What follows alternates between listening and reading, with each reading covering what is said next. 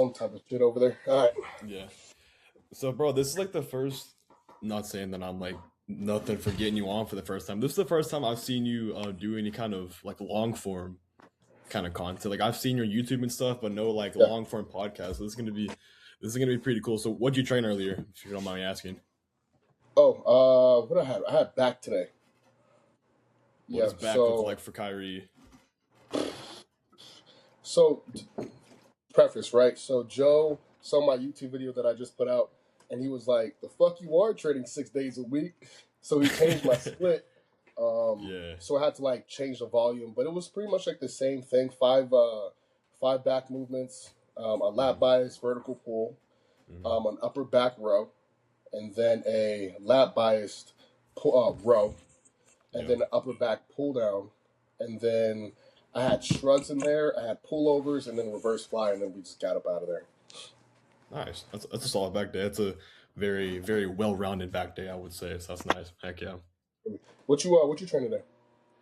Today's my off day. Today's my Oh, rest day. word. So what are Yeah, you yeah. doing in rest What days? do what? What are you doing in rest days? Just like kick it? You like? I have a job. I still work and stuff like that. So I'd work. Yeah. Yeah. So the first thing I want to get into is a little bit of your upbringing. So like I haven't seen a lot about you. So give me like a little bit of your upbringing, just like childhood, break up and upbringing, just your upbringing. Man, that's starting in the deep end, brother. Yeah.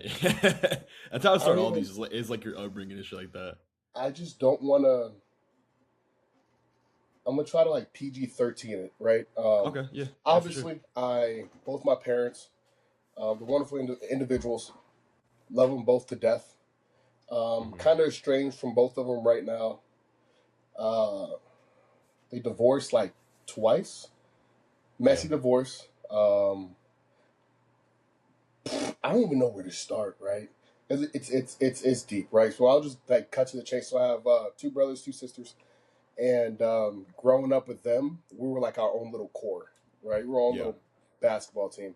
So we Mm-hmm. stuck together. We still stick together to this day, Mm-hmm. especially throughout the divorce. And then mom pulled us out of school for a couple of years. Wow. Yeah, it's deep, right? I don't want to like get into it, Yeah, but you don't got I to. Yeah. want to, right. So it's like Yeah. I'm trying to give you guys like Like, context like a without like synopsis. being Yeah. long-winded. Yeah. Yeah. So Yeah. like, Yeah. Yeah. but growing up, I was very to myself, right? Mm-hmm. Very introverted, very introspective, very in my own little head, in my own little world, 24/7. Just a Yeah. thinker. Not very Yeah. talkative. I had a speech impediment growing up, so like my R's Yeah. couldn't do it. And I was Damn. very shy. Yeah. So as I grew up and like understood like I don't have to live in this shell, like it's a choice.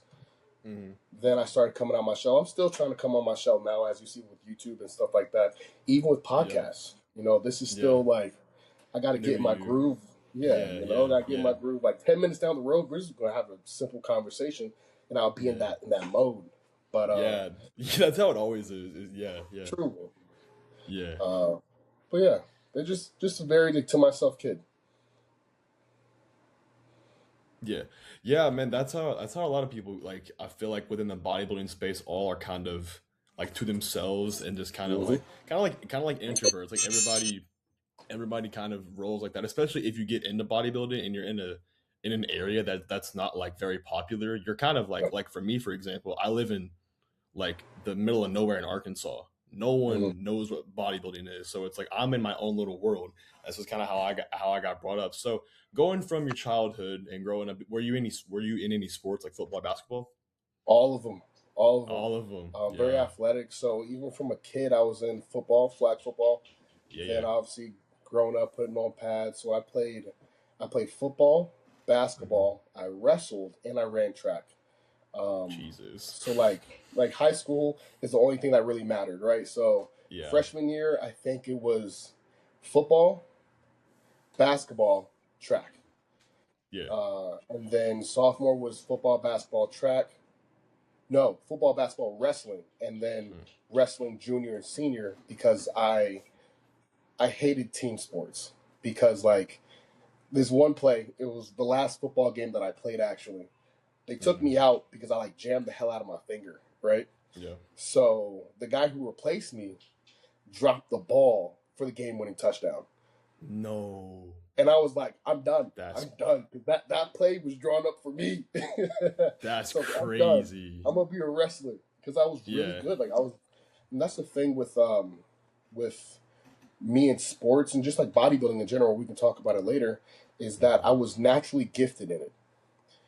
I was Mm-hmm. fast, I was stronger than these kids, super athletic, Yeah. but I held myself back with my work ethic Oh, because I was really? naturally gifted. It was like it was cool. So like, Yeah. go play basketball, just pick up basketball and start, hooping, and it's like cool, cool, cool. But like there's Yeah. levels Right. to it, and I held myself back because like I was athletic. Yeah. Yeah, you hear that conversation a lot where it's like, what would you rather be, like the ungifted person who has to like put in the hard work, or would you rather be the person that like has the genetics and has the God given abilities, but then doesn't work, or like an example I think of, not that saying that like Andrew Jack doesn't like put in the work, but like he's just Yeah, naturally gifted like that. Like yeah, he doesn't have to be honed in on every little aspect because he's just God gifted. Now for someone that has yeah. like mid-tier genetics, they're gonna have to do every little thing to get the smallest little bit of progress, when it's like Mhm. he could just kind of do this as a side hustle and be like second in the world. So it's like it's Exactly, dude. I love not it. not always got like that. I love Andrew. But so going from high school, you were into football. Did you having like aspirations to like go to college football, or college wrestling, or anything like that? Of course. Yeah. So I ran into a wall because my junior year I had to have my labrum and my shoulder repaired, and Damn. Yeah. then but unbeknownst to me, I tore both of them in the same season. So I think it Jeez. was sophomore year. I went to I think it's regionals right before state, Yeah. and I was an alternate for state. Mhm. And I wrestled with one arm, like halfway, like from halfway from the season to the Yeah. very end. I was like, listen, I have to kill this guy in the first like two periods. That third Yeah. period, it's numb. It's just dangling there. Yeah. Right. And then That's crazy. shoulder surgery, and then senior year I had shoulder surgery earlier, and couldn't wrestle. And then I like came back for like the last few matches, just rounded out. And I Mhm. finished my senior year with something, right? Yeah. Right. And then I was like, all right, cool. Like I understand. This is my limitations. College isn't going to be the answer. Hi, Uncle Sam. Where do I sign? Yeah, yeah. That's actually the next point I wanted to get to, was transitioning from high school to military, because I know that's like what you do. That's your job, Yeah. correct? Yeah. Yeah. So give me a little bit about that, because that's something I like want to make like coaching, bodybuilding, that whole like aspect of like my job. But that is my if that doesn't pan out, that's my like backup option, is something within the military, because Okay. that's always been something that interests me and opens up so many doors. And like, I'm not saying that like what I've done in bodybuilding is anywhere to like what that tests you on, but it's very similar in the Yes. mindset thing. And we're gonna allude to that, because that's mainly what me and you kind of connect on, is a mindset sort of thing. But go into the military, like what you do, how you got into that, and what it's done for you as an individual. Wow. So how I got into it, my dad was in the army for 20. He was Ah, an intel nerd. So, yeah. and I wanted to actually be a Marine. I wanted to kick down doors. I want to blow things up. I just wanted to kill people, right? And and my dad, being the wise man that he is, he was like Yeah. going to the Air Force. And I was like, why? Like, like the Marines is a cult, bro. Like, you in it for life type deal.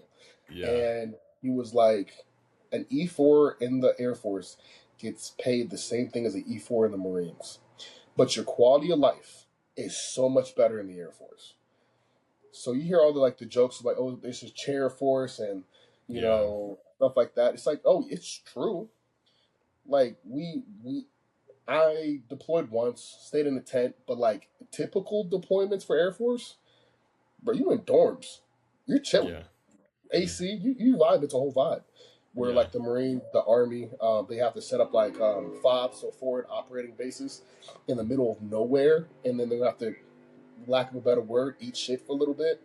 Yeah. rations and figure it the fuck out. You know what I mean? Yeah. Right. Yeah. Air Force is kind of like not that deep. So Yeah. I joined the Air Okay. Force.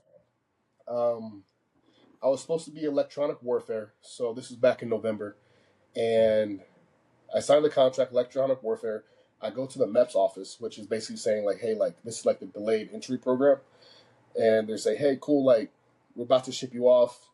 We just have to find your contract real quick. My recruiter was actually like on leave or something like that. So I'm sitting Mhm. there in the recruiter's office, and they're like, hey, man, we can't find your contract, so we can't ship you out. And I'm like, dude, all right, cool. When's the next, like, when can I go now? And they were like, Yeah. we don't even know when the next class is, bro. Like, I packed everything up. My life is already sealed. I'm ready to move on to the military. Life is going to be great, blah, blah, blah. And I Hmm. get hit with this news. And I'm like, damn. I was like, cool, I need to go now, right? So y'all going to have to find something.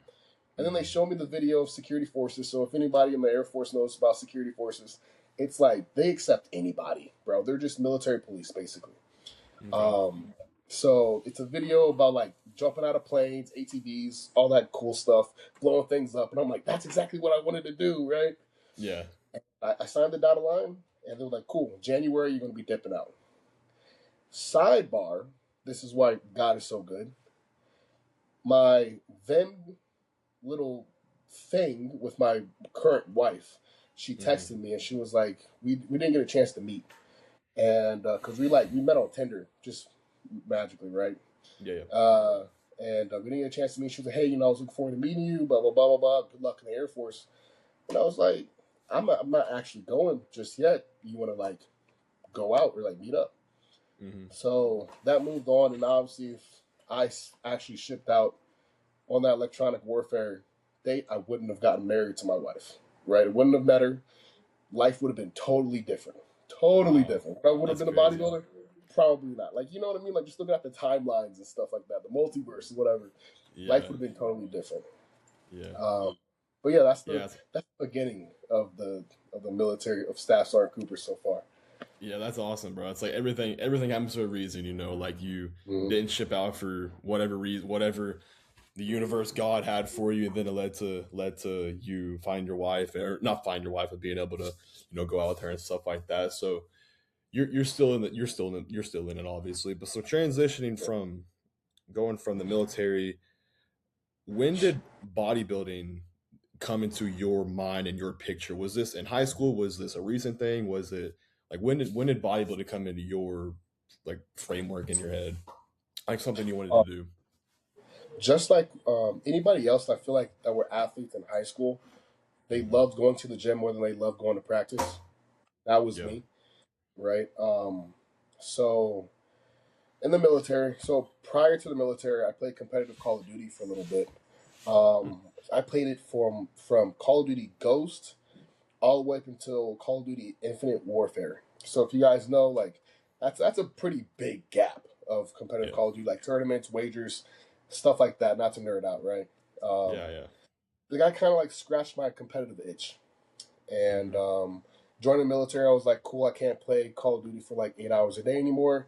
I need to find an alley to kind of get this competitiveness out. Because in the military, it's about, sure, it's competitive, right? When you think about ranking up, stuff like that. But this is about leadership. I don't want to be competitive with my peers, and we're supposed to elevate each other, right? So rather than be like a Hmm. dog eat dog, I just want to be, hey, let's all win together. We're all a team. Yeah. So I was in tech school, which is our training for our job. Hmm. And I was like, dog, I love going to the gym. I think I watched the 2016 Olympia, and I was like, yep, I can do that. Then I went back to I did research on it, stuff like that. Yeah. Saw Phil Heath, saw Oh yeah. Brian, and I was like, oh yeah, I can do this easily. And then it was like off to the races. Like literally, as soon as that I saw that, I was like, I can do this. And Oh then yeah. boom. But then again, at that time, I was so small, so Oh small. really? Yeah. That's awesome. That's so fun. That's kind of how I started too. Was like my dad was a bodybuilder. Like, he did a couple bodybuilding shows or stints or Yeah. whatever, and then I have a similar upbringing to you. It's like I went through football. I didn't like the team sport thing because I got kind of shit on my last year of football. Like I was a pretty fat kid. I was actually like the fat quarterback or whatever. It was kind of hilarious. And Stop. dude, yeah, I was a fat quarterback. And then I transitioned into I lost all that weight, turned into linebacker or whatever, and then I got my spot taken from me my senior year because I played like one. I talked about this on here in my last podcast, but I played one good game at defensive end, and then my spot got given to a sophomore, whatever.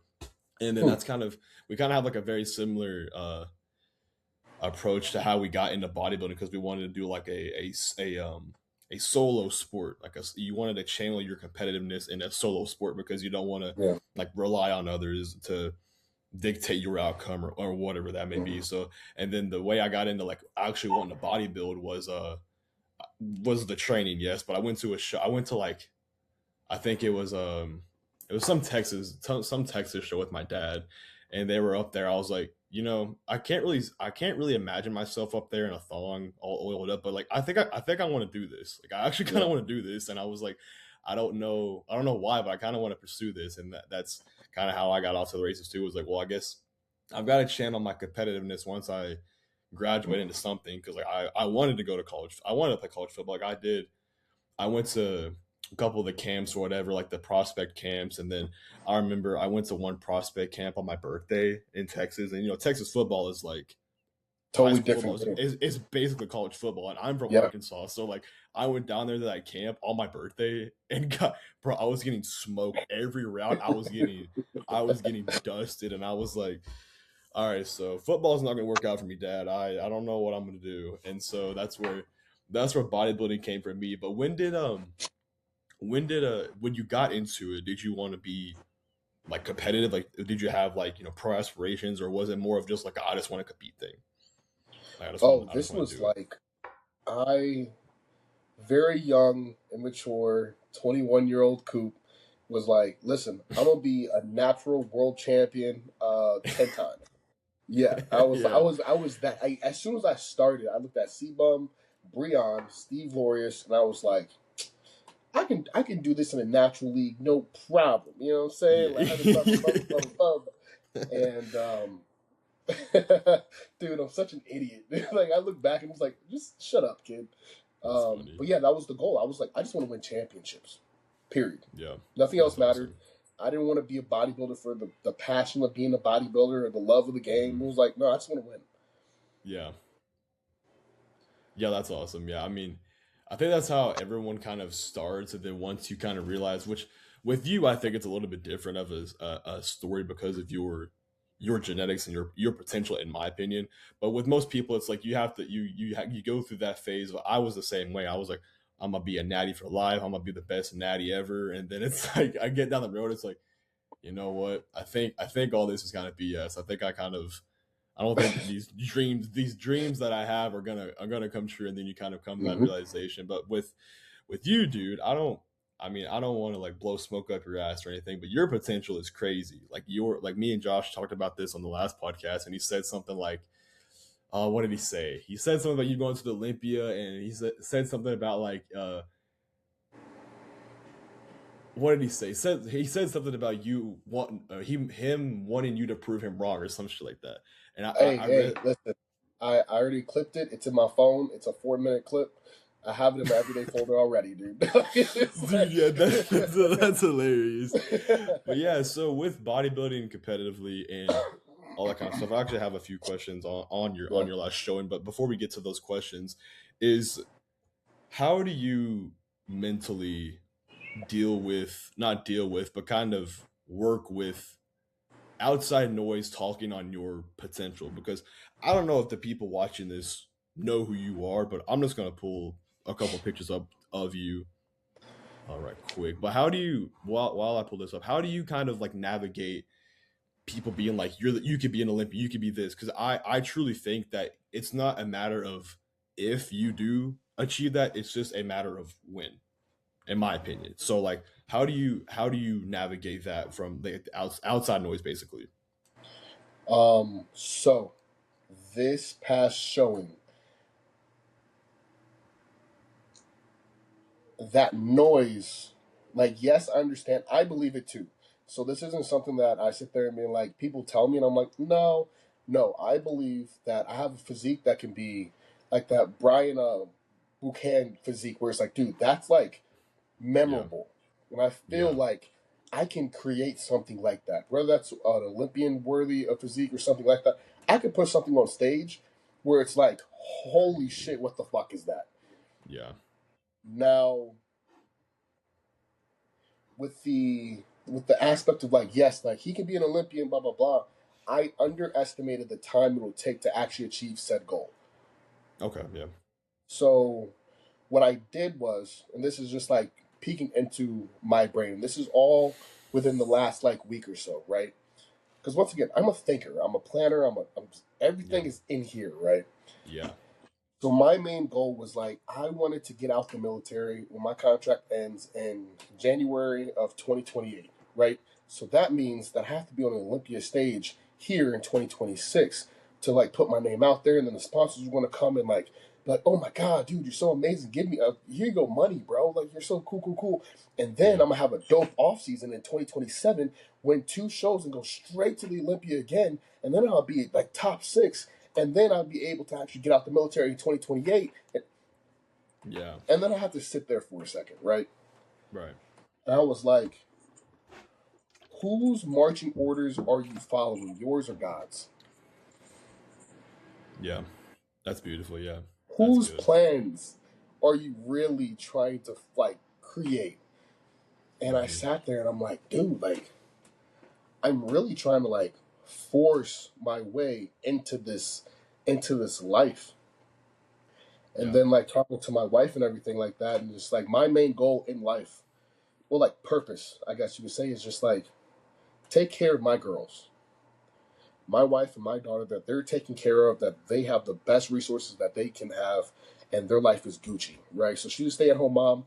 They do whatever that they wake up, and it's like Phineas and Ferb. Whatever they want to do that day, dude, they can do Yeah. whatever they want to do. Just Yeah. Yeah. go and do stuff. Go do stuff. And I work Hmm. hard to create that, right? So Hmm. I sit there and I'm like, okay, cool. Like I'm staying in the military, and bodybuilding is going to have to take a back seat. Now, I'm not saying that I still live the lifestyle, right? Yeah. I'm still going to achieve what, but the timeline is just going to have to be adjusted. So if there's a deployment that comes next year, so be it. You know, if Hmm. there's other courses, so be it. You know, like I let it go, and I truly give it up to God. So it's the same Yeah. thing with people saying to me that, funny enough, Coop never gets in shape. Coop, you're going to Yeah. be an Olympic. Yeah. Coop, yeah, you sucked that last show. Coop, Hmm. but your potential. Yeah. Now I don't hear that and actually take it. I can just look at them as both just it is what it is. Because potential Hmm. doesn't win championships, and just because I lose doesn't mean that potential cannot still be fulfilled. Yeah. If that That's makes beautiful. sense. I love that. Yeah, that's such a good take. It's like it's not a matter of like what I am, what I did today, how I showed today. It's a matter of what I can become and what I will become. And Yeah. I think that your whole perspective on that, and I think a lot of people fall into that trap of, and really anything in life, like any pursuit they go down, is like they get very fixated on like this is gonna happen in this exact order. And I was the same way with it when I started like trying to do like social media coaching business and all that kind of shit. It's like Yeah. I have all these finite dates, and you set this like almost like a fake stress in your head that doesn't exist, and you're trying to force a timeline, like you said, that Yeah. God in the universe has not made for you. And that like you can't like you don't know the timeline that God has made for you, and so you making this fake one just creates so much stress in your head, when it's like if you just let things be, Yeah. you're gonna be less stressed, and you're probably gonna make more progress because you're less stressed about it, and then it's just gonna happen more naturally. Like I feel like in all things in life, like the less it sounds kind of contradicting to a lot of things that people say, but it's like the less that you try for something, and almost seems like the more of it that you will accumulate, whether it be happiness, whatever. It's like the less you fixate on that shit, the more it will come into your life. And I think that you like prioritizing just like like your girls and your process and whatever, and that will, I think it will all come, all the goals that you have that you recently had for yourself will probably come in relatively the same amount of time, just maybe not exactly how you wanted it to be, but it will come eventually, and you have to just believe in that. And if you give yourself this fake timeline and you don't meet it, and that you're like a failure at that point, it's like, Yep. what was all this for at that point? You know what I mean? So yeah, that's, Exactly. you've gained a lot of good perspectives from like this last showing. But that is one question. I guess you kind of already answered that. But that's one question that I did get left for you, was how did you deal with your place in this last show and not being like maybe like what you wanted it to be? Like how did you kind of already answered that, but like you can go like maybe deeper into that. For sure. And I think this is going to be um, a very good lesson for young coaches. I mean, not young coaches, but young athletes and coaches, actually. Hmm. Um, so after the show, obviously I couldn't sleep that night because I'm thinking about the blueprint, right? So Hmm. in the military, you sometimes you get your teeth kicked in, and the next day rolls around, and you cannot take that with you. You have to have a short memory. Hey, it's gone. What's happening right now in front of your face? Because one, there might be lives that are at stake right now. So Yeah. whatever happened yesterday, your homie just probably died or something like that. Sucks to suck, but now you got to worry about 10 other guys to make sure that they go home, right? Hmm.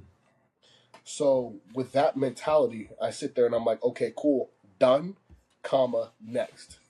So I'm up, I'm doing cardio, I'm analyzing what went wrong. Okay, so my conditioning, it wasn't there. Why wasn't it there? Then I look at pictures. Then I look at, okay, cool, it was there at a specific time. What happened? Then I was like, okay, cool, the peak wasn't that good. What happened? And I analyzed it, I analyzed it, I analyzed it. And most importantly, I went to Joe. Joseph Percher, once again, the greatest mentor I have ever had as a man. Period. I love that man. Dude, I can cry Yeah. right now. Yeah. I love that man. That's And he's a awesome. phenomenal coach. And I took it to him.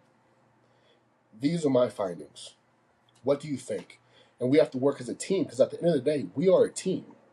I Yeah. equate this to like the Seahawks not running the ball fourth goal at the Super Bowl. You know what I mean? Like this is just Yeah. it's just a blunder. It's okay, Yeah. right? Yeah. And we talked about it, and we agreed, and we disagreed, and we had a conversation. And we massaged it out as men, Yeah. and we came with a game plan.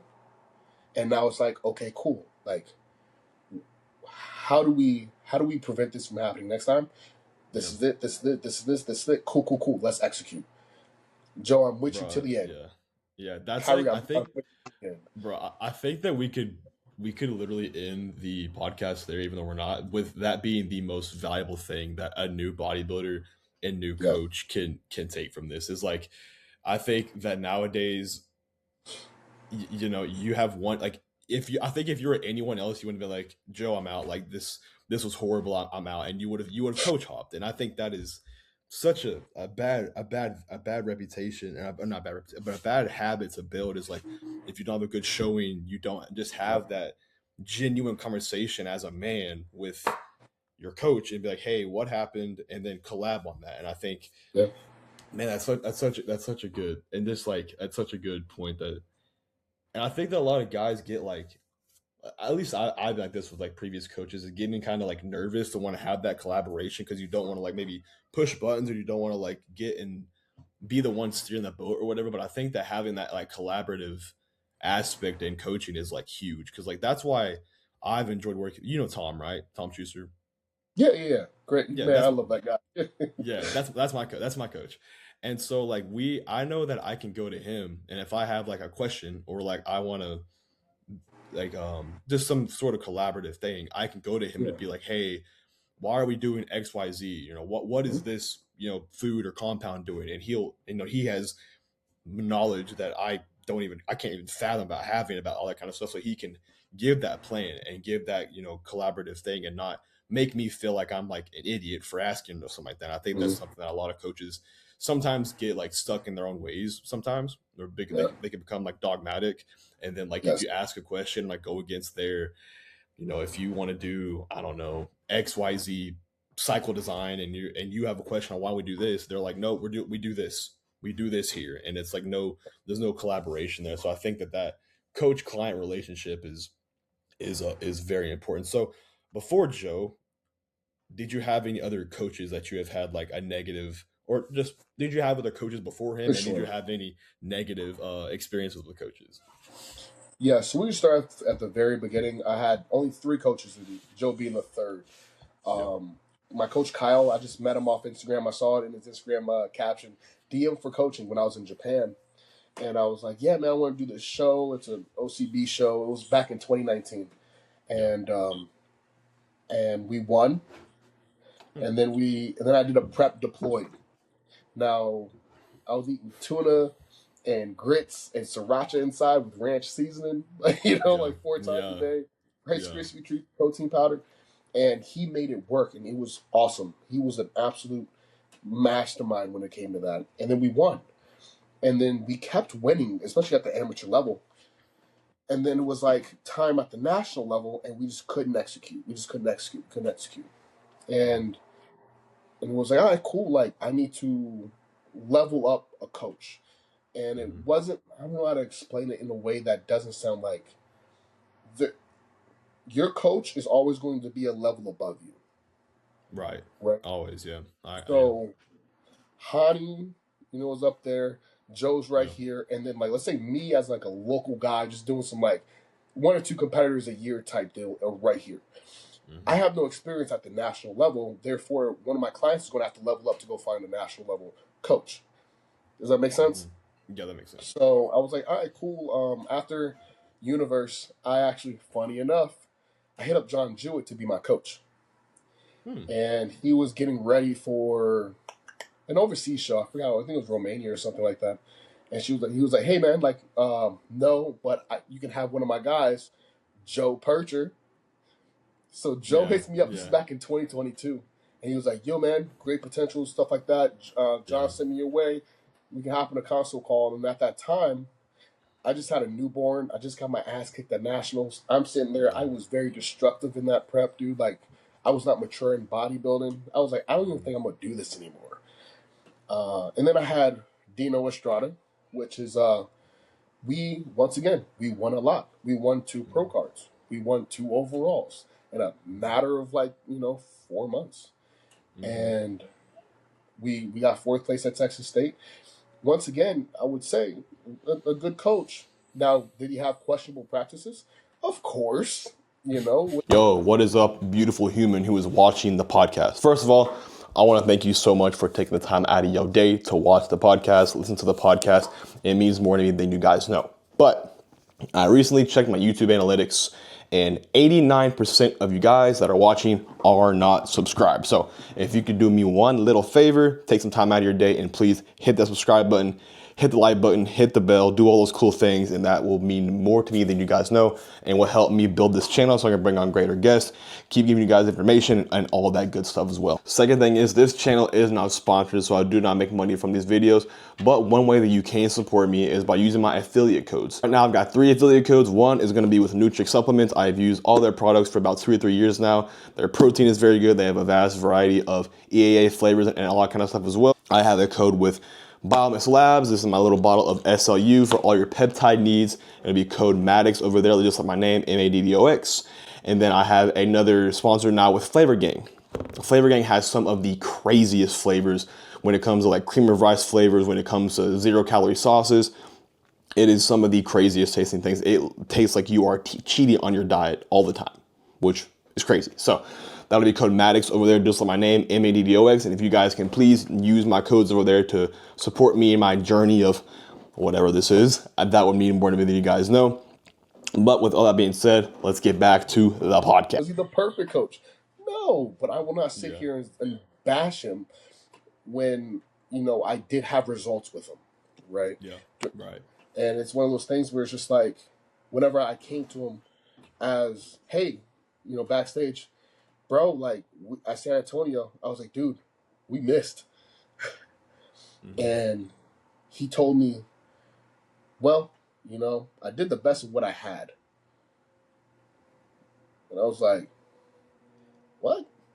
What is that What supposed to is mean? that? What What does is that that mean? supposed to be? Like, do you Yeah, like yeah. what? And that's when I knew that, and he was not receptive to criticism, Oh yeah, right? So it was like, oh, I would sit there and be like, hey, blah blah blah blah blah.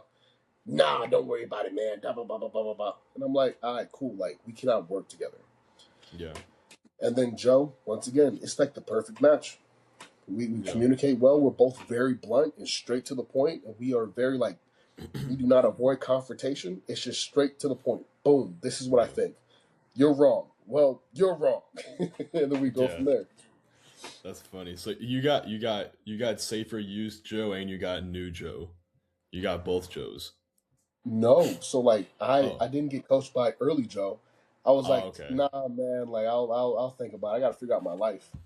Yeah. But even through then, when I won my pro card, just a few months after that, he sent me a Mm-hmm. message when I was going through security flying back home, and I still have it in my phone.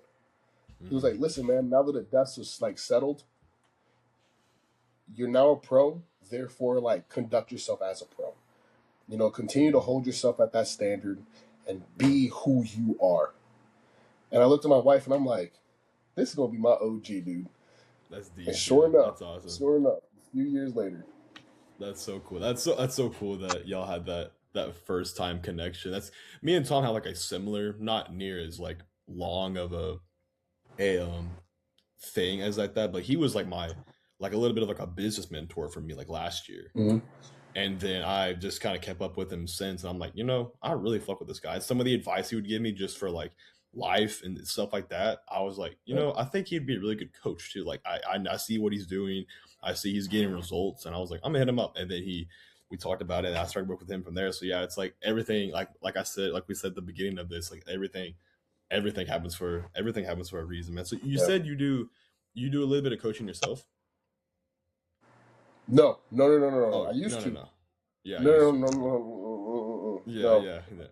I'm good. I'm good, Yeah, dog. I got you. See, that's something that I find really interesting about you is that a lot of coaches within like that are bodybuilders are coaches themselves, and that's something I find cool about you is that you are finding your own ways of like providing for your loved ones, providing for yourself, and maintaining a life even outside of bodybuilding to do all that kind of stuff with. Because I've Yeah, I've pondered on that thought of like maybe it might be healthier for some people to not be so in the realm of bodybuilding 24/7 and in health. And I think that having like some sort of connect, like not that I enjoy my job by any stretch, but it's like having that disconnect I think could be healthy for some people to kind of have a sparked interest in like bodybuilding itself. Because I think if I were to be like I mean it sounds nice, coming from like where I'm at in life at working at Walmart, but it's like I feel like if you were the full time bodybuilder, where all you did was eat and train and sleep, I feel like that and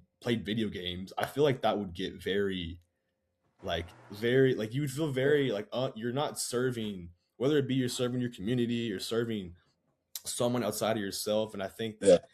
I think that it's really cool seeing that someone of your caliber having outside jobs and stuff like that is pretty cool. I think that's becoming a little bit more normal and a little bit more like maybe not pushed, but a little more like more people I see have like outside jobs outside of the industry, and then they bodybuild on like not on the side, but they're still like a high level bodybuilder, but just have like outside job. And I think it's good to have a balance, just to not so you don't lose that spark in bodybuilding. You know what I mean? Something that I just to touch on it because I just told my wife this like today. I'm not sure if Mm. you're big into superhero movies. Are Kind you of, yeah, big into Marvel? Okay, a so little in bit. Age of Ultron, the Avengers movie, Mm. no one knew that Hawkeye had a family until Mm. Age of Ultron. And then whenever he took him over to his house, and they were like, "Dude, you have a wife and kids?" Like out of nowhere. And it's this thing where it's like, whenever I'm an Avenger, I'm an Avenger. Whenever Yeah. I'm dad, I'm dad. Whenever I'm a husband, I'm a husband. And it's this Mm-hmm. ability, and also shout out to Kobe as well, of like compartmentalizing my life. So when I place bad in a show, I'm not taking it out on my wife. If I'm having an argument with my wife, I'm not going to work and destroying my troops. All of it is like, okay, cool. I am Staff Sergeant Cooper right now, and bodybuilding is doesn't even exist. When I'm in the gym, I am IFPB Pro Kyrie Cooper. This is the only thing that matters. Work does not exist. when I'm Yeah. at home. Sure, I can talk about bodybuilding and work, but I'm dad right now. I'm a Mm, husband right now. So yeah. it's like taking off masks and putting on new ones, Yeah. and not having them bleed into each other, and it's healthy. Yeah, for sure. I think that's something that both of the endeavors that you have gone into, bodybuilding and the military, it's teaching you how to be present. Like, Yep. where am I at right now? Like, what can I do? Like you kind of alluded to a little bit in previously. You're saying like, I can't think about what happened at the show yesterday. I can't think about what happened yesterday. My friend got blown up. It's like I have people that I have to protect today. I have, Right now. you know, right now. Like what matters is right now. Like right now, I'm dad. Right now, I'm bodybuilder. Right now, I'm sergeant. So it's like I think that's like both of the things that you have gone into like teaches you that like you got to be in the moment. And I think that everybody needs to learn that because I don't think 99% of society now is like in the moment ever. They're like they're No. over here, they're over there, and then Mm-hmm. they're in the they're in the moment. Action is like half assed because their brain is like at 15 different spots. So the next thing I want to get into, and it's kind of something that I think we've connected on more than really anything, is the mindset of bodybuilding being process oriented, philosophy, all the things that get thrown into that bucket. That's Yeah. something that we've connected on. So the first question I have is actually one I got from Gabriel Rocha. I think you know him. I'm familiar. Yeah, yeah. So first of all, he said, "Do you miss Gabriel?" I miss that man. I miss him so much. I pull up to the gym and I don't see his card. I get so sad. Oh, yeah, went to the same gym. Yeah, we went to the same gym. He was my training Oh, partner for three years, oh, two, well, two and a I half. didn't make, I didn't draw that connection. I guess I picked up on who Gabriel was after he moved. He moved to where did he move to? Korea. Korea, that's right. That's crazy. That's wild. Okay, so Yeah. the question that Gabriel left for you is what are the three biggest mental tools that you've added to your tool belt this year? One that he actually taught me. Um, Utterly dedicated and utterly detached. It's just so quick. I'm utterly dedicated to the craft of bodybuilding, but I'm utterly detached to the outcome that is going to happen. So, regardless of like my placement and going into optimum, I'm still going to wake up on Sunday and do fasted cardio because this is my craft. This is what I do. And Hmm. I know that I did everything in my power to be the best bodybuilder I can be. Let the cards fall where they fall. So that's one. Two, hard work beats talent when talent doesn't work hard, but love beats them both. Mm, Yes, you can work hard. Yes, you're talented, but my love will take me further in the game because I actually enjoy what I do. Does that make sense? So I'm just giving like little snippets. I'm just like bro, right off the top of my head. I'm gonna put that. I'm gonna put Uh, that on my board. I think. Fuck. Banger, right? That's a banger. That's good, bro. That's good. That's good. I forgot how I got it. So just preface this: all the thoughts that come out of my brain, really anybody's brain, isn't mine. Right? I didn't sit there one day and was just Right. like, "Blah, blah, Yeah. blah." It's like It's no, no, just, no. it's just like an It's accumulation of like bits and pieces from books or exactly podcasts. It's that. just like a yeah, yeah, yeah, yeah. Um, Lastly, and this is the most important, is the ability to switch from process to result driven. So I know Josh was like, "Oh, he's so Yeah. process oriented, and I'm Yeah. so result oriented." It's Yeah. Yeah. like I'm both, but I view it as, once again, comic book nerd. I view it as Thanos and Infinity Stone, right? I can use the process and love the process and use my love for the game whenever I need to, but I can turn on like, oh, I'm going to kill this motherfucker in the Yeah. gym, on stage, at any Mhm. given time. Let's say energy's low. Last 4 weeks of prep, I'm dragging ass, but I know there's a competitor competing at this show. It's like I know that they're not slacking right now. And Yeah. I know that if he's watching me right now, that I need to look strong, unstoppable, and undeniable. Yeah. So, yeah, That's not quick that's little really good. for Yeah, that's I like that.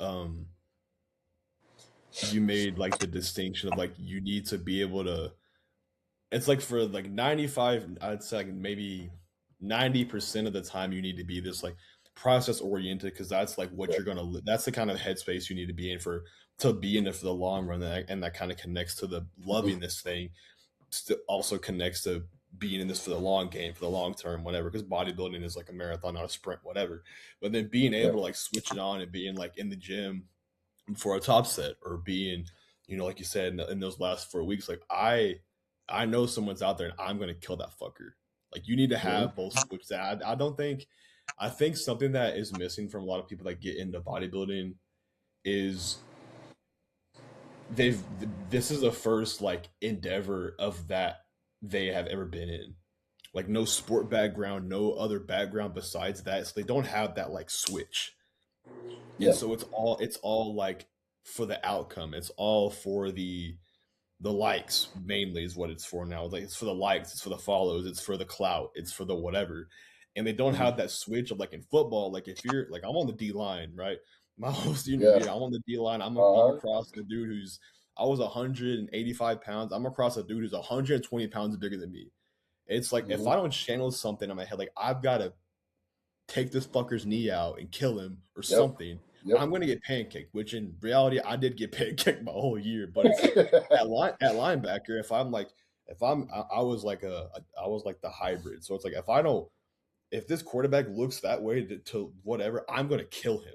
And I feel like if Yep. you don't have like that kind of switch from whether it be not hitting on, okay, I'm not gonna say that, but maybe you just didn't play a sport growing up, or you don't have that switch. It's like not being able to go back and forth with those mindsets is huge. And I think that loved one is that's a good. I don't know where you got that from. I'm gonna look that shit up, because that's a good one. Because like in any endeavor in life, whether it be you want to be an artist, a musician, a stockbroker, a bodybuilder, Mhm. it's like if you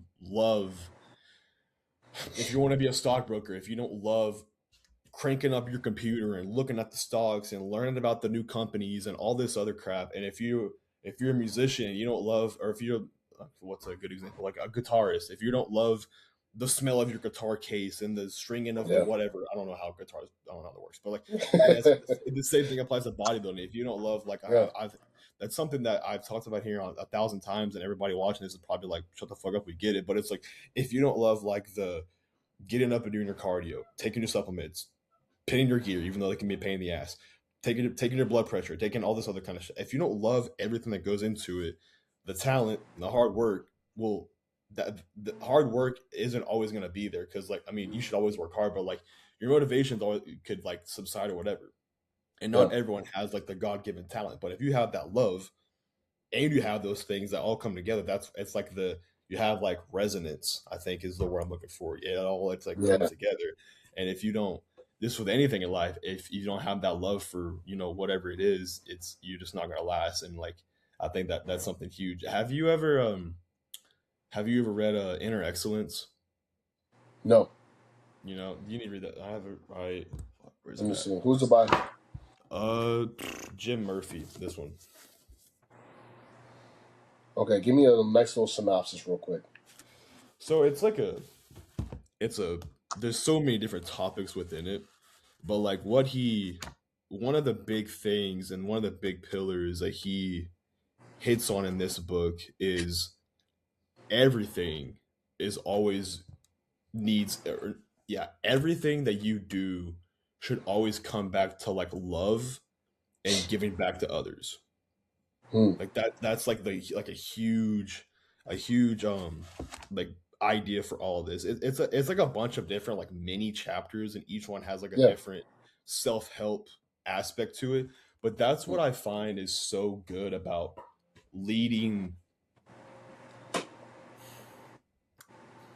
leading your process with love in mind, and the aspect of wanting to give back to others. And I think in like a bodybuilding context, like I am so like I think you should be want to be so diligent and all this stuff with your health and your physique and how you carry yourself, not just so your physique can progress at the rate you want it to, but so that you can be an example for others. It's like it always I try and always circle back to like it's for the love of wanting to give back to others thing. And I think that's something that can connect to the love part of it. That's really good for people to take away is like you need to always don't be because bodybuilding can be a very selfish what is viewed as like a selfish sport yeah. when it's I think when it's framed correctly and if you're not getting into it for really like unethical things like likes follows all that kind of bullshit if you get into it with like correct morals I feel like it only can rise it raises your standards for yourself so you can raise it in others around you. You know what I mean? And that's something that book is like huge on. Let me cut you off real quick because something happened today that really that speaks to it, and I'll share with you. Um, so after Optimal, I sat there and obviously I was like, dude, like my next show, I'm just gonna go like amateur coupe. I'm not gonna share anything. I'm not gonna show anything. I'm not gonna tell people what show I'm doing. Hmm. When I'm taking my ball, I'm going home. Yeah. And John Jewett came up to me in the gym today, and he was like, "Hey man, congratulations on your last showing, and you displayed not just your physical growth, but also your mental growth." And I was like, "Oh, John, stop it, right?" But but it made me realize that one, John Jewett is watching, which is dope, but also goes back to like the podcast with you and Josh, where you even like, dude, like his mentality is just like, I love it. And I'm like, you don't even know me. Yeah. You have no idea who I am, Yeah. but you see it. Yeah. And I was like, I came home and I talked to my wife about it because I was like, dude, I have to. Once again, it's in here all day, right? So Yeah. she's like my punching bag, right? So she, as soon as she comes Yeah. home, she's Yeah. like, boom.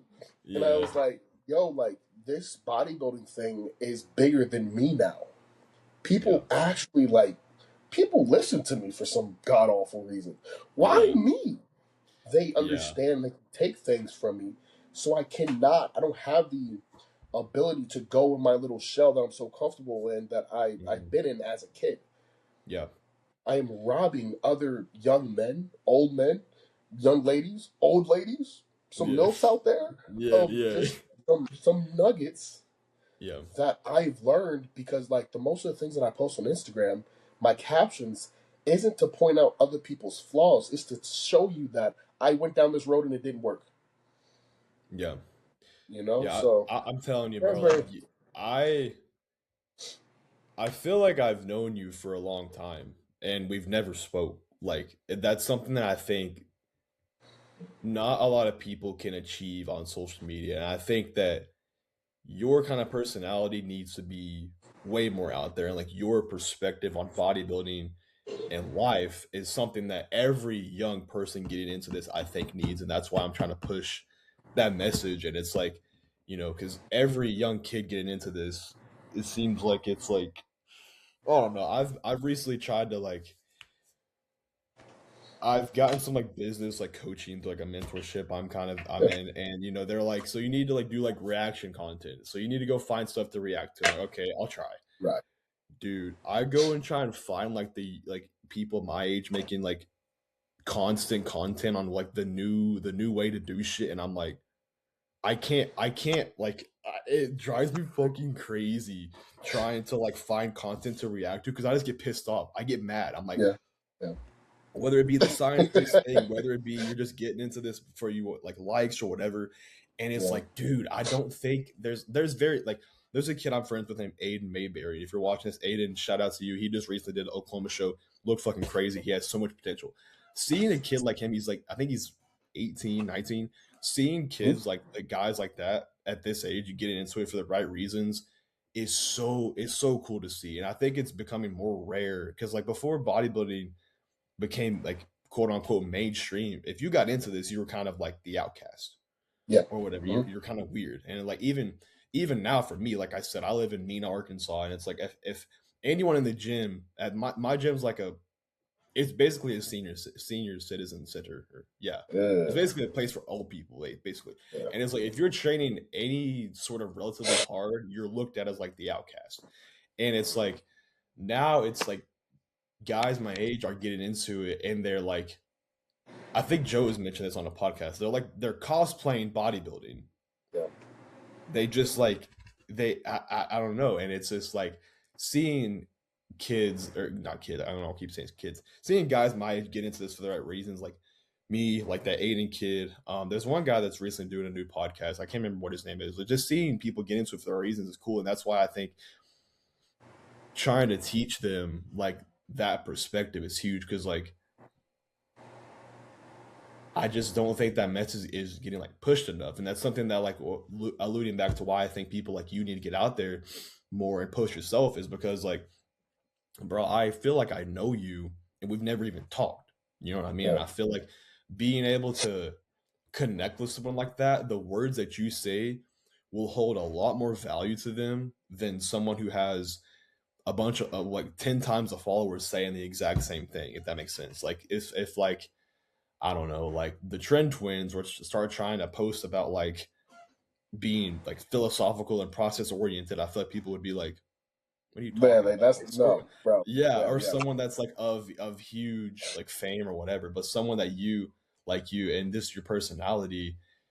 I think that is, I think the more comfortable you become on camera, and especially with your physique, like that's gonna be a catalyst for not even your personal growth, but just for like the effect you can have on people and the help. And that kind of like alludes back to what I was saying about the book is like you want, I think when you leave earth you want to have touched as many people as you can, whether it be through little nuggets you leave on like your captions on like your process, or whether it be a training tip, whether it be a PED or a diet tip or just something like that, you know. So I think the more that you get comfortable on whether it be podcasts or YouTube or Instagram or whatever route of social media you enjoy, I think that's going to be huge for like people coming up, especially because of your physique. People will listen. You know, you have the look, so people are going to fucking listen to you regardless. You know. I hate that, but yeah, you're right. You're right. I absolutely hate that. Like, this guy Yeah, looks at it, like, listen to him. I'm like, no, I don't know what the fuck I'm talking about. Listen to Joe. I'm like, Joe yeah, knows exactly what he's talking about. yeah. That's funny. Yeah, because that's something I'm glad I've kind of already gotten comfortable with is being like on camera because like I think the best way to like fast track any sort of like embarrassment about what you're doing is go do it in a city where no one is doing that and Yeah. no one has any clue of what the hell you're doing. Like I Mhm. popping up my DJI camera in that gym is the most gut wrenching shit ever. And talking and like I remember trying to talk in Walmart, and I work at Walmart Yeah. like during my prep, and like my preps like I've talked about in the past are kind of hell, and that is like the most, it's been the most gut wrenching shit. But then once you do it for a while and you're gonna do the same thing. You kind of mentioned earlier as like we're gonna get 10 minutes into this podcast and it's just gonna be like a flowing thing. Yeah. It's gonna be the same shit with your social media. This I don't know like the amount of time that you can allocate toward it, but just the more you do it, it's gonna become very easy. You're gonna find your rhythm, you know, whether it be like you recording your um like your rebound phase or whatever it may be. You'll just get good at Yeah. it, and then you'll find your rhythm, and it's going to become really easy. If you do start to want to get more into content, I swear to you, this little camera, this little DJI Which camera, one? Is that the 3 or 2? the Pocket 3, this is a Okay. fucking game changer, bro, because you can, I got the if you, 2. if you get like It I cracked. got it for a senior gift, and if you get the creator Uh, combo, it comes with like this little tripod, and you can just like pop this up wherever, and it's just like that. And then like this, it also has like a gimbal on it, to where like yeah. you can have it like track your face and have it move around. It's and then the mic is like the mic that everyone has on Instagram, whatever. So it's really Yeah. nice. So if you do want to get into like YouTube or whatever, I would suggest if it, I don't know what the two looks like or how that works, but the three has been like a game changer for me. Because if I had to get like a professional fucking camera and all kind of stuff, I would have never started YouTube at all because I'm not going to record on my fucking iPhone, you know. But yeah, I do. That yeah, thing, yo. yeah, This that's thing true. right here, set Yeah, that joint up. You just Yeah, go, just go. yeah, that's true. Yeah, I mean that's what like fucking Sam Sulek did. You know, he just popped his phone Yep. up and then just And this raw, authentic stuff like that. I think that I've heard this on a few podcasts. I think the pendulum is kind of swinging back towards more that style of thing. I hope it is at least. I see that in more now than before.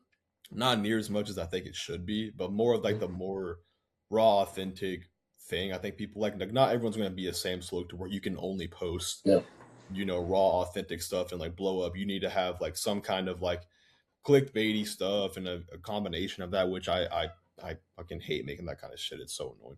But I wish I could just like pop my camera up and just talk and train and it blow up like him. But like I do think that the pendulum is kind of swinging a little bit towards back towards that frame of thought. But even if it doesn't, there will always be like they say the cream will always kind of rise to the top or to the whatever. top. It's Yep. to the top, and it's like the people that actually do this shit and actually love the process of bodybuilding will be the ones that last, and the ones that are in this for the longest. Like I've heard that on every podcast I've listened to. It's like genetics play a role, yes, but it's like if you don't find the training program, the diet, the PED protocol, whatever that you can just adhere to for the longest, nothing else really matters. And I think that that's something that like a lot of guys will overstress is trying to find like the perfect optimal everything, whether it be and right now it's like the training part of it is like the volume allocation and it's the setup and it's the this and it's the that and it's like dog. If I had to think, if I had to think about all of that when I went into my sessions, I'd blow my head clean off my shoulders. Like I'm gonna be completely honest. Like if I had to think about all that, I was like that for a little bit. It drove me nuts. Like I was trying to find that perfect everything. It's like, bro, just find what, especially to like a beginner, like just find what you enjoy. Find what you enjoy. Don't like be an idiot in the gym, but just find what you enjoy with diet and training and just try and do it for like the as long as you can. You know what I mean? I don't know. It's just Hold on. You're breaking up really bad. give me a second.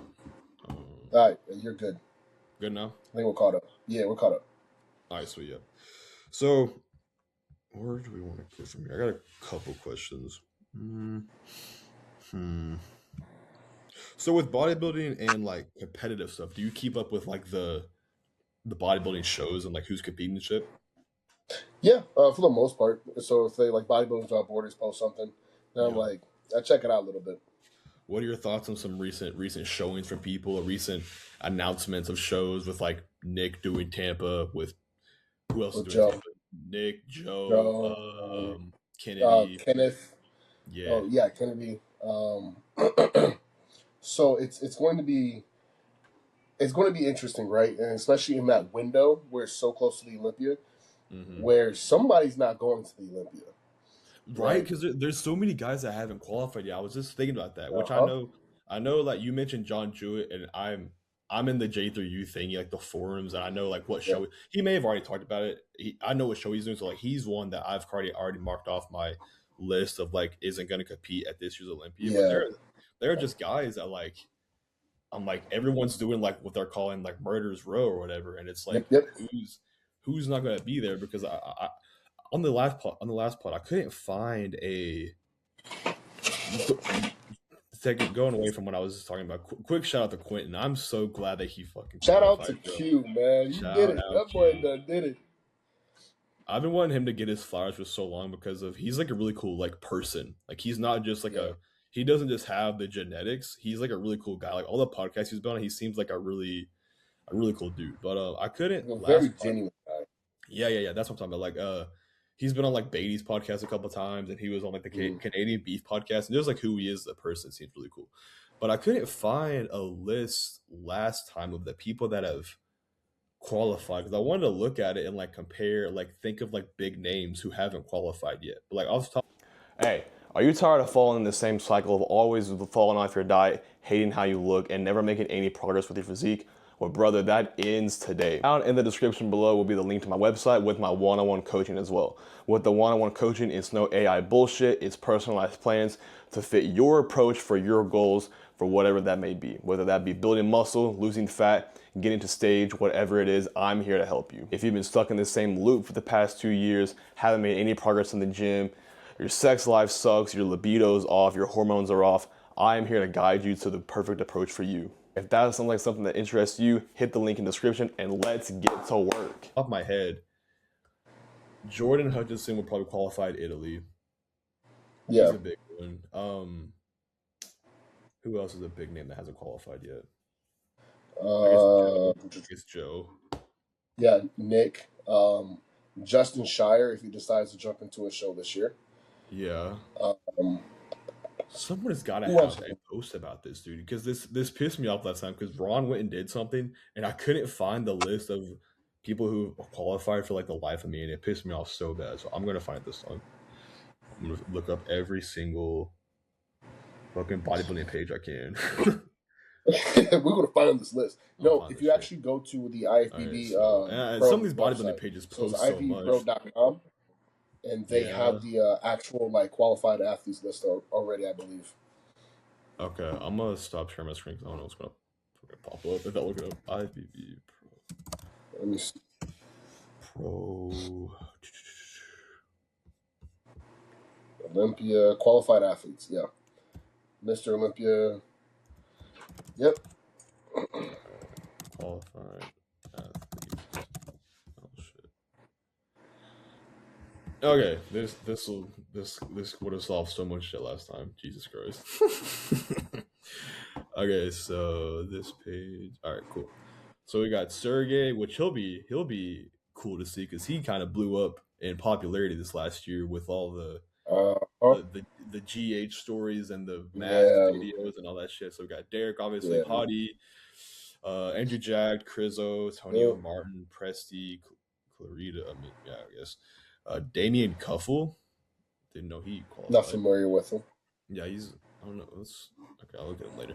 Fuda, Sasan, Leandro, William Bonac, Quentin, not a boy. Yeah, that's it. I guess Like that's the it. list So, is slim. Yeah, man, because you only have um Nick Walker. you got Oh yeah, Chicago. Nick hasn't. I guess I didn't realize that he hasn't qualified yet. Yeah, Nick got sixth, fifth, sixth.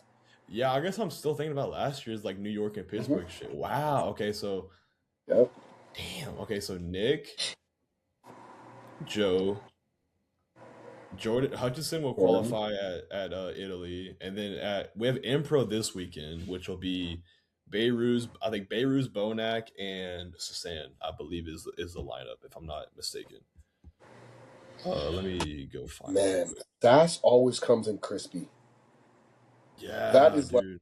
man, like if he had like a great back, just to kind of cap off his physique, dude. Who'd you say again? Sasan. Dude, I love. Yeah, every time he competes, I want him to Man, win because of like I just like his physique. Like he always and his yes. conditioning is retarded. So we got Bonac, Roman Fritz, Uh, Daniel Goss, Sasan, Edward Cargbo, Justin Musial, Amir is always peeled too, and then Beirut. So that's a pretty stacked lineup. I'm not gonna lie, pretty good lineup for the Impro. So of these people, Sass is already qualified, like the top guys. Sass is qualified, yeah, Bonac's qualified, and then Beirut is looking for his qualification. So he'll yeah. have to. That'll be tough. That'll be tough for him to. That'll be tough for Beirut to pull that off. I know he's put up some updates the last few days that have been kind of nuts. Let me. You know, one thing that I absolutely hate about like classic right now. Well, I guess it's just going to be the trend. Is that there's so many guys in classic where we Yeah, can't sit here and have a conversation and look at a lineup and be like, yeah, yeah, we because know there's this guy, this guy, this guy. 70 of them. Yeah. Yeah, you know, it's just like, I mean, it's business. God. Why is his phone on the floor? That's kind of pissed me off. Get a tripod, dude. Come on, man. Come on now. Yep, Yeah, he's there. I don't know. 9 days So out. Beirut, he posted a video of his back or some shit in the locker room that looked crazy. Yeah, he's got some It's like I can snap. see Beirut's taking out William. Yeah, I've never, man. That's easy. Jesus Christ, Hmm. And you I've know what? always good. Perspective, the camera's like 20 feet away from him. Yeah, camera's a football field away, and he's still taking up. He still is huge, man. I've always liked Bonac as a person, but I've never been able to get behind his physique. Like I don't know. Like it's very like compact, and it's like I've never been a fan, but he always comes in peeled, and I like it. I like who he is as a person, but yeah, I don't know why this You video didn't is. like 2016 Bonac? Well, I think it was I 2015, wasn't. 2016. Yeah, I'm talking like new Bonac. I wasn't into Oh, bodybuilding back yeah. at that time, unfortunately. Yeah. It's I'm not like, that into Bonac. Yeah, yeah, Father Time is definitely on his butt, you know what I mean? But like, he's still Jesus, older cat and man. still just chipping away. Yeah, didn't they say that was like his 57th show, his last one? The Yeah. 52nd or 57th, yeah. Crazy. So it'll be him, Sass, and Beirut. I'd like to see. It kind of breaks my heart sometimes when guys will like do um shows that have already like I know it's part of the game. I get it, but when people will do shows and there's someone there that should qualify, but they're gonna beat them anyways, and they miss their qualification. So like for Yeah. example, like this weekend, like Andy Perez is doing the Body B1 Classic or whatever, Mhm. and like he's already qualified. It's like, man, I wish you wouldn't do that so someone else could like. I mean, there's already enough people in Classic that qualify, whatever. But it's like, I Yeah, wish. he I did think us a I wish you favor, wouldn't dude. do that. Yeah, I wish you wouldn't do that so someone else could get their flowers. But it is a part of the game, I guess. So more to him. But I think it's one of those things like if the health is there and the money is there as well, because like let's be honest, like you get 2 grand for winning, like congratulations, you basically broke even. Um, right, yeah, yeah, right. That yeah, if it's like you have that competitive edge, you sit there and being like, well, you guys are gonna have to come through me, yeah. and if you That's a guys good point. can't, then you guys don't belong on the Olympia stage. Yeah, that's a good point. That's a really good point. So, rest of the year we got Impro this week. We've Mhm. got Italy. Isn't there the Atlanta Pro, or is that not Atlanta Pro, right? Or is that open? You It's know got what? something You like know, I always have the the pro schedule. Linda The Murray amount of show. times I've looked at this pro schedule in the past like 2 weeks, Yeah, crazy. So it's like bookmarked. So where are we? June. I'm Oh, trying to. it's slim pickings.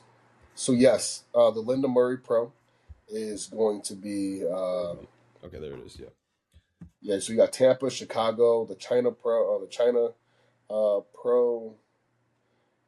Mr. Big is also in the beginning of July. yeah. Portugal, Texas, an Austria show, another Italy show. and then the Olympia. Yeah. So Italy is the Okay. last. Italy. Wait, why is there two Italy No. shows? So Italy, I just saw that. Like, so the second one is September 6th. Yeah. That's outside the window. That's for next year's Olympia. So the Oh, last okay. qualifying one is the Austria one. Austria. Huh. That'll be like uh that'll be like a last chance for a lot of people, or like probably some foreign guys. 'Cause I wouldn't think that anybody, or I No, guess, or anyone who does Texas and like the Texas Tampa Linda yeah, Murray shows, and then like needs to qualify and will do anything for whatever. Probably go to that Austria pro. I don't think that'll be that too nah, stacked you of a call it show. a So season, dog. Yeah, just call it a yeah, season. You're good. just give it up, bro. Just give it up. Yeah, I know they took the. I hate that they took the Open out of the Chicago Pro. That kind of sucks. That was a good Which is show. weird, Yeah. but business. I get it. No. So we got Italy. Italy will be next week, and that's probably going to be Hutchinson's show to win because I think who else was doing Italy that they were talking about could knock him off? Was it Beirut? Oh, I yeah, think it it is is Beirut. Beirut. Yeah, Yeah, I don't think Beirut's can knock off Hutchinson to be honest. I think some of the improvements that Hutchinson made this year are pretty wild, and some of the updates he's been putting up are pretty crazy if they would load. yeah, Bro, he has one of my I favorite. trained it. Yeah, yeah. I trained a destination like a couple months ago. I remember him, Tuttle, and Elias came in and trained together. And dude, that was a quite a sight to see. That was crazy. Yeah, Yeah, he looks good, dude. crispy. Yeah, I love him and Tuttle's relationship. Their duo is really cool because like they both live in Texas. Bro can literally like drive to his house and see him. So like if you have that close of a drive to your coach and you're like you can't you basically can't miss. Like you can't miss. Like he's right My there. coach did. What are you talking about? Dino did. He Th- lives right down the street. okay, He still fair lives enough. right down the street. Fair enough. Fair enough. This picture is fucking crazy. Yeah, that's. That's Oh, the he's goon ready. lighting. That's the goon lighting a destination. Yeah. Who do you think's going to win Tampa? I know that they talked about it on Joe's podcast, and Joe thinks that Palacios is going to win. So who do you think's going to win? Hold up, you were breaking up. Say that one more time. You got me. Yeah, I got you now. You got me.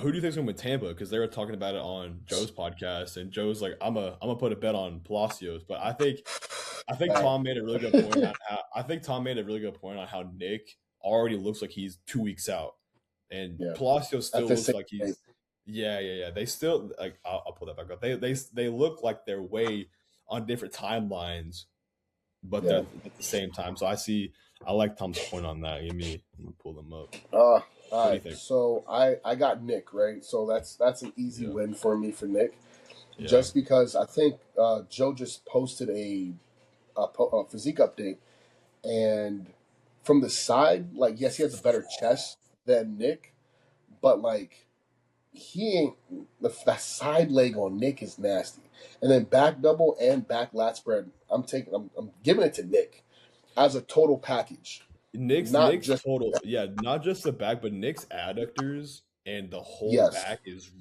yes. crazy. It's It's nuts. wild. Yeah, Um, Now it gets weird whenever you start factoring in like the like the front double, the abs and thigh, side try. yeah, Because Nick's legs are a little bit. They're still like narrow. They're still like they're big legs, but there's like narrow. Where Joe's legs actually have some like yeah, thickness to them. yeah. Joe posted an update a few days ago, and I think I pulled it up on one of the podcasts I did. And Joe's side leg is like the size of my torso. I was like, dude, that is nuts. But yeah, it's gonna be really cool to see that comparison because they're like, I'm sure you've heard that's the first like, like apples to Yeah, apples comparison Nick will have has ever had. So it's gonna be really, really interesting to see. This was from 20 hours yeah, ago at yeah. This 273. it's like you know what I mean? It's just like damn Damn, it. I didn't know he looked. He's kind of getting in shape quick. Damn. Like front lat, especially with that chest being that full. It's like obviously you probably trained chest. That lighting is absolutely golden, right? Damn. You know what I mean? Yeah, he's got more drop in his ham. Like Nick's Hmm. ham is like it's very detailed from the side, but that like Yeah. drop is way more. Now this is where I think, oh damn, fuck. This is where I think like Nick has it. Like Yeah, yes, his his back is. adductors and shit, and Nick's are Hmm. like way whatever. So yeah, I think I've got Nick. Like if I were to have to put money on it, like Oh, live or I die, lied. but To be honest, I lied. I think back lat goes to Joe. that's a good side try. Damn, that's a good side try. Fuck. It's gonna be a showdown. I And can't they're both wait. really cool people. You know what I mean? So like Yeah, I know that if Joe wins and Nick's not going to be a dickhead, and I know that if Nick wins, Joe's probably going to be like, hell yeah, dude, nice. It's not going to be like yeah, a Nick and Martin thing. Not to bring that yeah. up, but so we have Joe doing it, Nick, Kennedy, Joe on is doing it. Compton was talking about Joe on Beatty's last podcast, and he thinks he's like the next big thing whenever he develops. And I think that Justin obviously has a better eye than I do, but he was saying that he thinks he's like the next big thing. I think is this him? No, that is not him. Yeah, it is him. Yeah, it is Yes. him.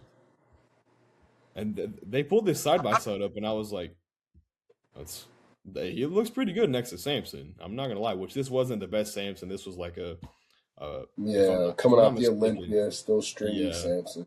Yeah, if I'm not mistaken, that was not the best Samson we saw, but he'll do good. I think he'll be right up there with that top call out to Yeah, Tampa. What are your thoughts on Samson getting up to like 350 this year? it takes what it takes. Yeah, Him and his wife has a game plan, and I think it's one of those things where it's like, listen, they want big, let's give them big. Because obviously, like he came in extreme. Like I was at the Olympia, and he pulled yeah, down too much yeah. of those outrageously big dumbbells, dude. Dude, those That was dumbbells are so fucking big. great. Like why? Bro, there's got to be better ways to build dumbbells than that. That I could not imagine trying to get those up. I've never seen a lot of Samson training. I wonder what are his like philosophies. I don't think he has to have any philosophies. He just like looks at weights and grows. Pretty much, you guys black genetics, man. You know the game. Yeah, he just We enters it. walk into the Yeah, gym, it's just like, just go, bro. yeah, yeah. That's funny. Yeah, I'm excited to see the rest of the year how it pans out and everything. It'll be exciting. I'm always like at work. I'll like have my phone and like set up on my little cart or whatever. I'll like the fucking show playing and shit. So it'll be exciting. It'll be exciting to see the Olymp. I was wanting to go to the Olympia this year. That's what I was gonna make for like a birthday purchase because my birthday was like 2 or 3 days ago or whatever, and Yeah, I was gonna make a birthday purchase and get some Olympia tickets. I may still do it because that's kind of something I want to go. Want to go see how many Olympias have you been to? just one. Just one. Yeah. Yeah. So with the military, shout out once again. Shout out to the Yeah. military. We Yeah. get two free tickets to. So we get free tickets to prejudging both days, and What? we get two free tickets to finals both days.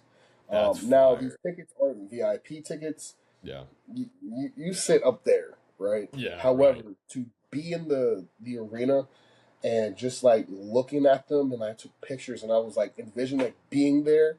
Yeah. It's an experience that I would never ever take for granted. Yeah. For sure. I think that's gonna be something I really want. I really would like to do. The only like shows I've been to that are like big was I guess that Texas show that I went to like a while back, and that wasn't even like an actual pro show. But I've been able to be around like I know a lot of people. It's like you need to go to a pro show to really like understand how big pros are to get an idea. But Yes. Justin Wyatt was my first coach, and so I've been around him a lot. So like I kind of know what like not the biggest pro, but what a pro looks like. I Yeah. remember him being Yeah. in Yeah. my hotel room, and I was like, Jesus Christ, what is that? And being like, Uh huh. we were in the stands at like my show or whatever, and I like sat by him, and he just like took up like two seats and was like breathing Hmm. like a monkey, and I was like, okay, so this is what a pro is, and I'm glad that seeing that some people I feel like would see that and like how he maneuvered and lived and be like, I don't want to look like that. But for me, it was the exact opposite. I'm like, that's fucking that's hilarious. That's Say, dude. I want That to be like just like I that. want to be just like that. Yeah, yeah. So, but yeah, man, we're coming up on like an hour and a half, bro. This has been really cool. This has been fucking really really awesome. It's really cool getting to hear you kind of speak more like openly about like just in general, just kind of getting your voice out there. And I think that the more that you get into this, the more people you will like attract that are like minded. It's just going to kind of it's going to create a fire within you, even if you can't see it for yourself right now. But I always end the podcast with one question: Kyrie, when your time is up, how do you want to be remembered? Oof. I want to be remembered as a good man, not a perfect man, but a good man. And I've always like, once again, I'm a very realistic guy, right? So I vision my funeral with like my wife, my daughter. You know, if I died right now, my grandmother-in-law, because that's my grandma. You know what I'm saying? Yeah, And they can peacefully look at my body and say like, that was a good man. And it has nothing to do with bodybuilding, military, anything about like my mistakes in life, or no amount of trophies or anything else. But them just to look at me and being like, that was a good man. The world's gonna think about me, whatever the world's gonna think about me, but like my family and my circle, that's the two words I want to hear. Good yeah. man. It's a good man. I like that.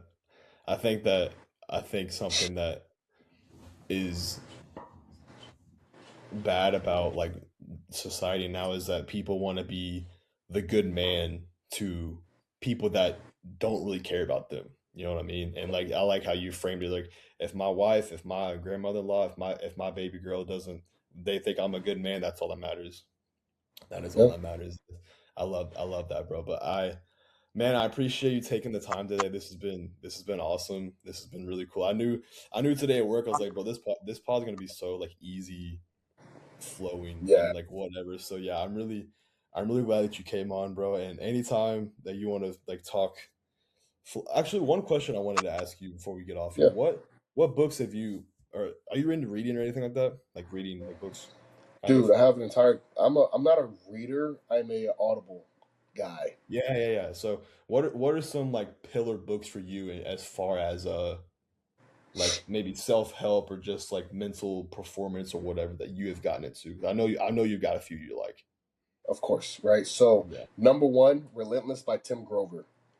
yeah. Um, the greatest book I've ever read in my life. If you haven't read it, read it.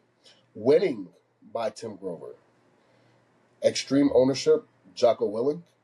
okay. Um, I want to throw in Can't Hurt Me by David Goggins. Yeah, that's the first book I read in that realm. Yeah, Ooh, yeah, that would change your life. that's it. And Yeah, then yeah, lastly, that now that I'm in this spot that I am, like in bodybuilding and just mostly in bodybuilding, Never Finish by David Goggins. It's his second book, and I need to revisit that book to get download the principles of like jobs not done. yeah.